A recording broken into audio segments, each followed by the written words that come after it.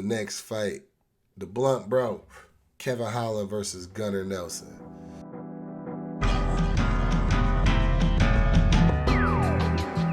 What's going on, Sweet Dreams Nation? Fight fans, what's happening?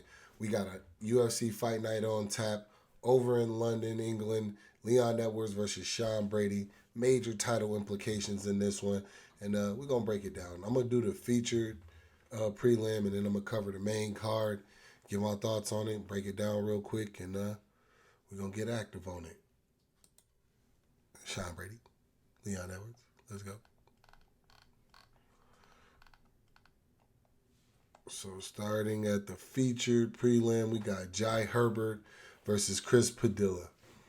Taco Padilla, if you will. It's gonna be a good fight. Good solid fight. A lot of action in it. How I see it is this. Jai Herbert is a very, very skilled kickboxer. He's good at finding his shots from the outside, mixing in combos with range, and I believe he has the height and reach advantage in this. Chris Padilla is like a wrecking ball. He kind of keeps his hands high, works his low kicks, and works the jab to work his way in, and likes to tie it up and things of that nature. So for Chris, I believe that he should do that. He's gonna have to make this fight dirty. He's gonna have to get on the inside, work the leg kicks, work the low kicks. Stay covered up, stay protected, work behind that jab, and he's gonna have to press him up against the cage. Get him up against the cage, get some dirty boxing in, get some good shots in. If he can, work to get him to the ground. I believe this is not a fight that he should try to take on standing. I don't believe he should work this fight on his feet. If he does, it's gonna have to be really, really in close and in a lot of dirty boxing. Jai Herbert is not easy to take down. He's even harder to hold down.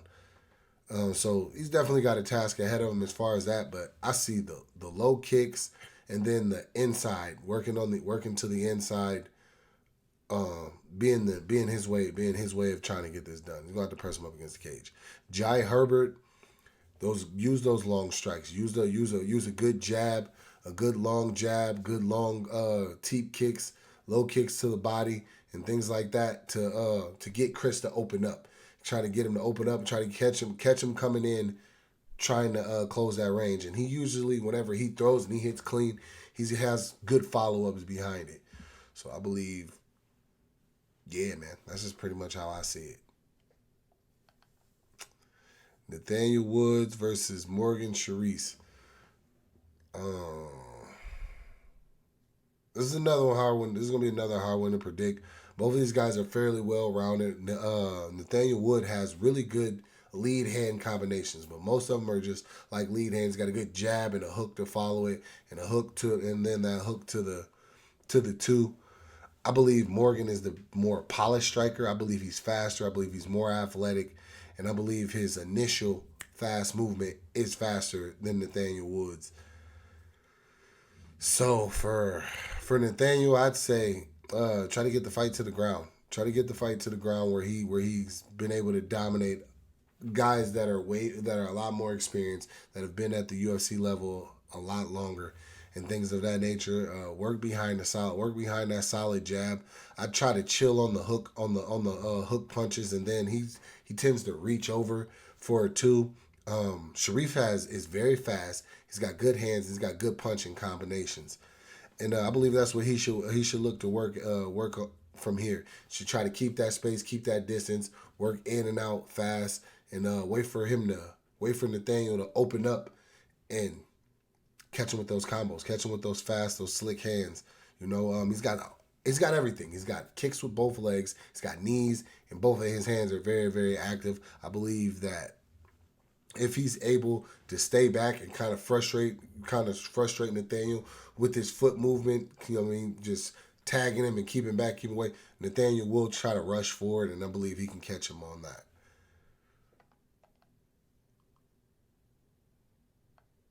Jordan Vucenic versus Chris Dunkin. Jordan, I had to go look up some of his fights.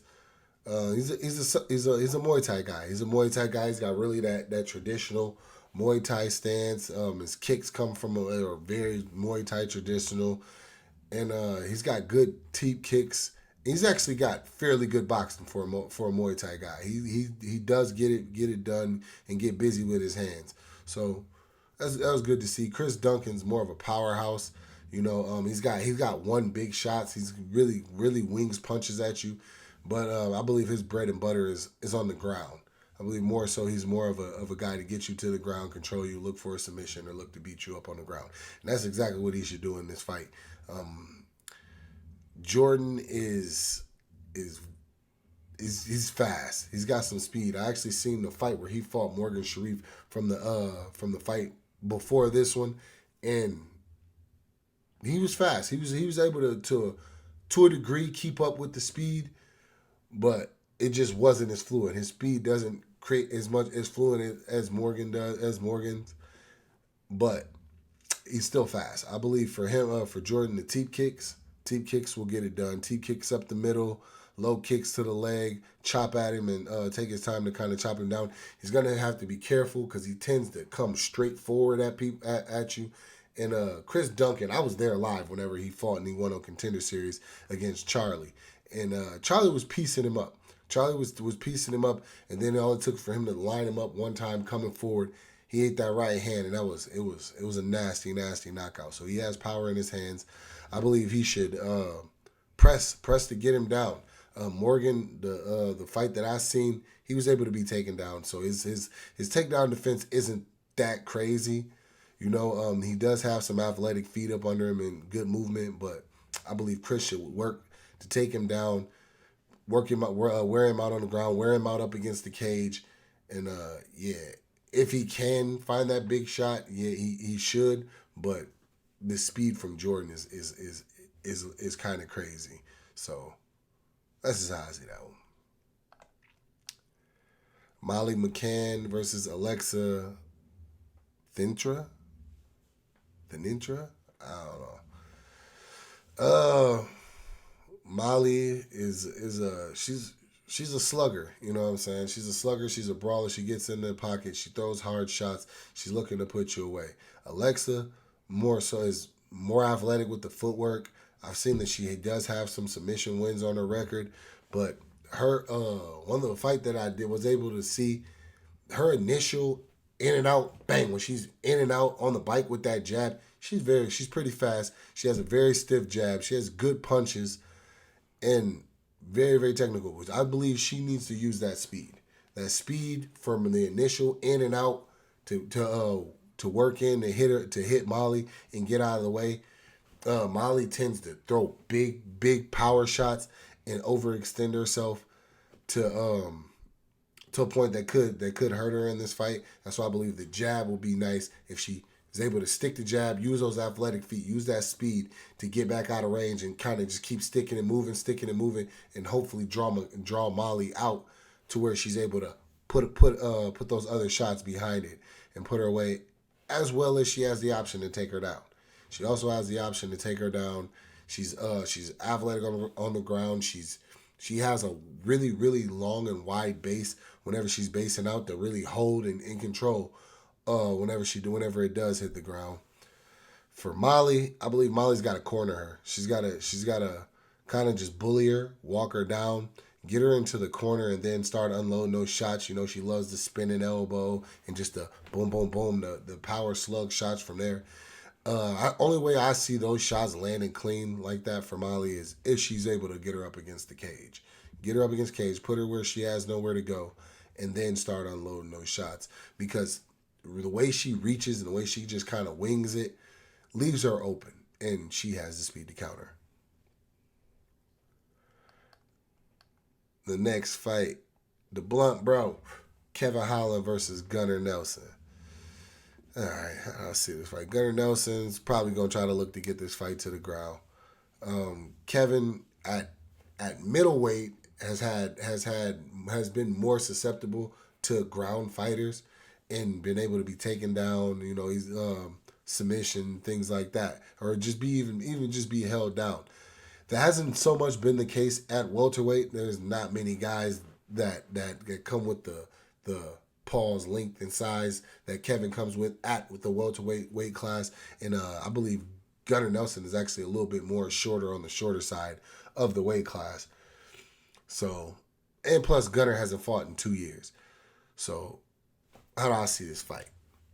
Gunnar is more very, very sideways I believe he's a southpaw. He's very, very sideways. He's more of like a karate fighter with his strikes. He likes to throw that little side kick to the front and things like that. Almost like a Wonder Boy. His movement almost kind of would remind you of a Wonder Boy. Not as sharp, not as clean, not as tall.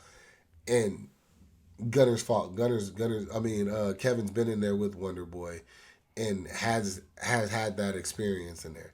So I believe for Kevin, he should the low kicks, the calf kick, the low inside kicks, just beat the leg up. He's kind of leaving it out there, winging it, daring you to chop that leg out. And then not only that, the thing about standing that, in order for you to come in, you have to lunge. It has to be lunges in order to get to your target and get to where you want to go. He also uses that side motion sometimes to kind of turn and time you coming in with a strike, and he'll shoot under for a takedown. Kev has to be ready for that. Constantly resetting, changing the range. So have to be light on his feet, constantly resetting the range and the distance, so where Gunnar doesn't really have a beat on where to shoot at, or where to lunge at up under him. I believe the low kicks, work behind the jab, and the straight punches. The straight punches, I believe, for Kevin will get it done. If he's able to really get in his face with something, I believe standing in that karate, the only thing you have is to lean back. And leaning back like that, I believe straight punches to get him to lean back, and then those hooks behind it could be money shots. For Gunnar, he's gonna have to use that side kick, that turn and that side kick. Use that side kick maybe against the legs or whatever, and try to draw Kevin into where he feels like he's just gonna have to take his head off and shoot up under, try to get a takedown, and try to work his jiu-jitsu from there. Yeah, that's pretty much how I see this fight. Carlos Ulberg versus Jan Blachowicz. Another good fight. Fight right in the division. The winner's gonna be right up there in the mix of the top 5, looking to push for that title shot. How do I see this fight?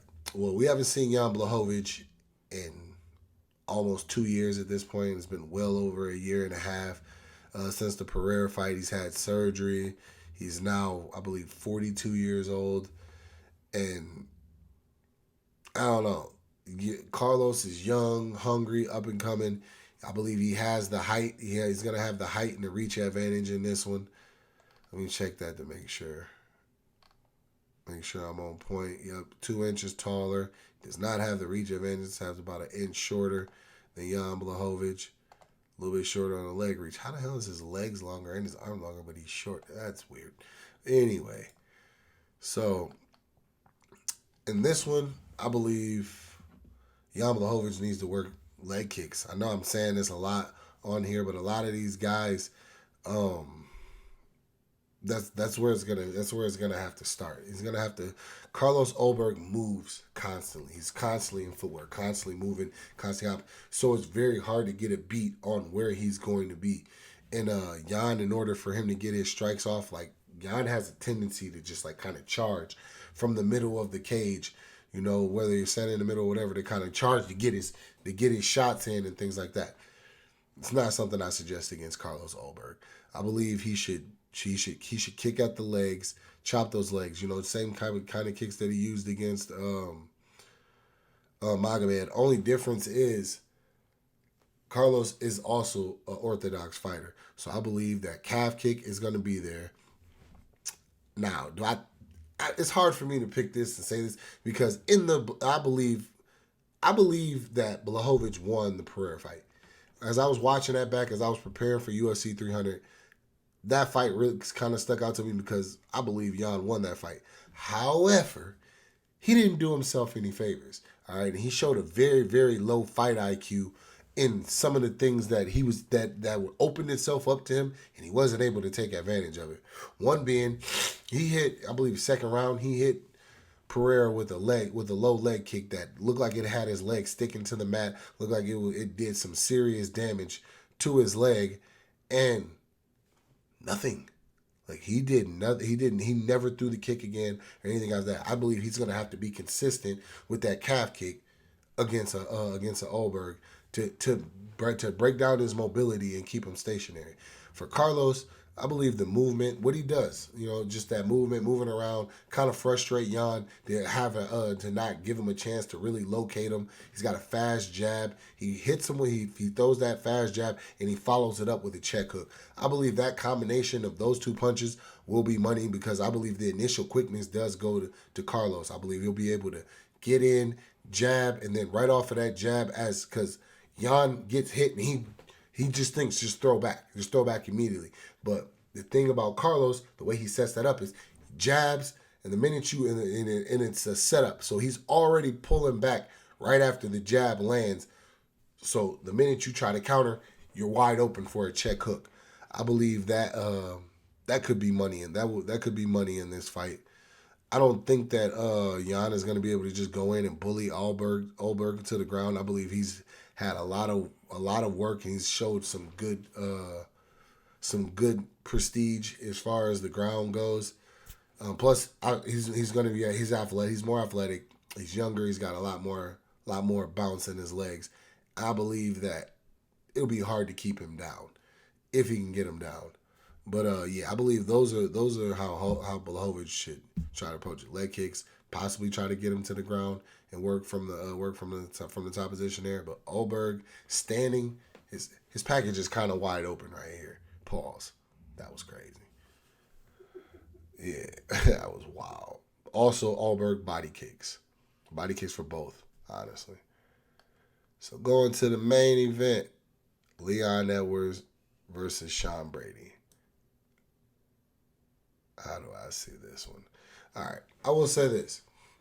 Leon Edwards, whenever he is on, has some of the best timing and he just knows what to do in most situations in a fight, right? So he's pretty on, and his timing for when to hit switches, when to throw this strike, when to throw that is really second to none.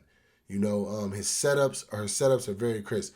But in the last few fights from Leon, he hasn't been as active, right? He's not as active. He's not working as much. I believe in the Bilal fight, he just flat out got outworked in that fight. Bilal got in his face, was putting punches on him, and then by the time he's like, oh, I'm gonna return, Bilal's already dumping him on his head.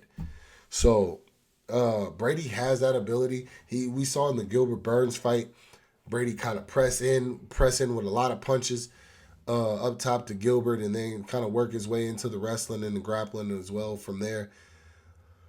For this fight, I will say those punches, a lot of strikes that he threw against Gilbert, like in the combinations and how he was throwing them against Leon Edwards, when Leon Edwards is on and being Leon Edwards, could get him countered. I believe Leon should actually sit back and let Sean come to him and just use that timing and that awareness, long jab and feints to draw out and really, really sting him. I believe Leon, if he's actually on his point, his feints will be money. The feints and drawing Sean Brady into coming and thinking he can commit and come in and throw and put the shots on him. I believe the pull punches are there, the counter hooks are there. He's got a lot of shots. Even just a solid jab to disrupt his forward movement would do him a lot of justice. The body kicks are there. The leg kicks are there. Leon needs to open up his arsenal here for this fight. For Sean Brady, he's gonna have to get in Leon's face. He's got to get in Leon's face, make him uncomfortable, he's got a good jab. He can work behind that jab, but more so use the jab to close the distance. Get close to him. Try to get him into that blender of work of grabbing, grabbing and get him into grappling first, because you can take away his timing in that quick initial strike and pop if he's able to get on him and wear him out, wear out his arms, wear out his body. Look for body shots, look for good body shots in this one as you get into the cage and things like that, and just kind of hopefully get him in that blender.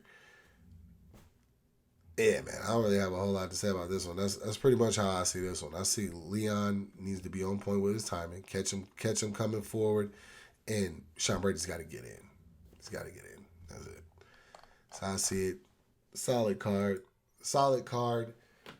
Through and through. It's an exciting one. This actually looks like something that would have been a pay-per-view for at one point, maybe even last year. I definitely am looking more forward to this than the Kobe Covington and Leon Edwards fight. So yeah, man, we're gonna see what they do with it. Street Dreams Nation, appreciate y'all tapping in. You know, it's kind of late. I'm in camp, so I'm gonna get up with y'all. Bye.